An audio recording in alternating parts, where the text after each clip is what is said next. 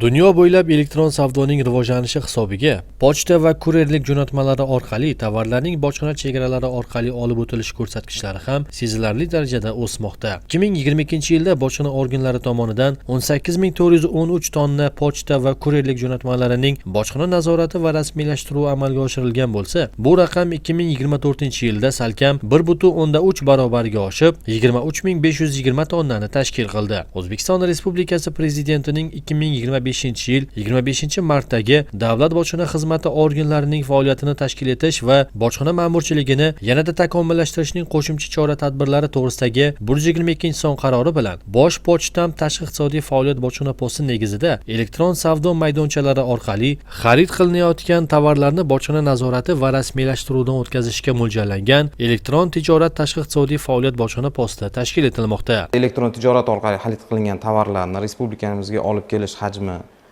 oshganligi bu bojxona nazorati va rasmiylashtiruv jarayonlarini yanada soddalashtirishni taqozo etmoqda. Xalqaro kurerlik jo'natmalarini bojxona rasmiylashtiruvdan o'tkazish uchun zamonaviy axborot dasturlari ishlab chiqilgan. Ana endi mazkur axborot dasturlari uchun bu yerda zamonaviy infrastrukturani yaratish, mana shu axborot dasturlari bilan hamkorlikda bu dasturlarning imkoniyatlaridan to'liq foydalanish imkoniyatini beradi bojxona organlariga.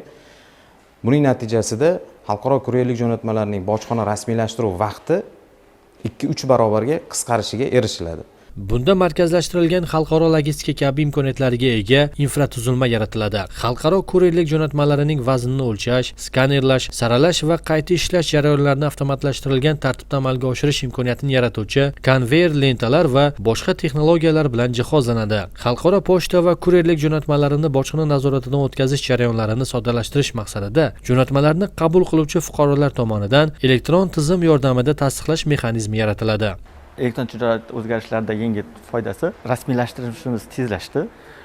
Oldin yarim kunlab vaqtimiz ketardi. Hozirgi paytda 1 soatlarda ob'yomimiz katta bo'lganidan 1 soatda ob'yom chiqib ketamiz.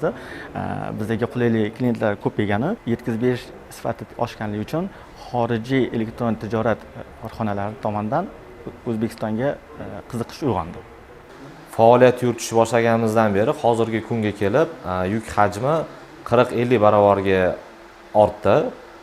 Buning sababi oldin qog'oz shaklida mavjud bo'lgan bo'lsa, bojxona rasmiylashtiruvi hozirga kelib bularning hammasi elektron shaklga o'tgan bo'lib, ya'ni oldindan elektron ma'lumotlarni taqdim qilishimizni hisobga olib shu darajalarga erishib keldik. Kurerlik faoliyatining asosiy sifati yetkazib berishimizni tezligida hisoblanadi. Bojxona nazoratiga kiritilayotgan ushbu o'zgarishlar o'ylaymizki, xizmat sifatini yanada tezlashtirishga imkoniyat yaratib beradi. Endilikda jo'natmalar xavf darajasidan kelib chiqib, bojxona nazorati va rasmiylashtiruvdan o'tkaziladi. Yana bir muhim yangiliklardan biri mahalliy tadbirkorlarni qo'llab-quvvatlash maqsadida ular tomonidan ishlab chiqarilgan mahsulotlarni xalqaro kurerlik jo'natmalari orqali qonunchilikda belgilangan me'yorlar doirasida eksportga rasmiylashtirish tartibini belgilash nazarda tutilmoqda.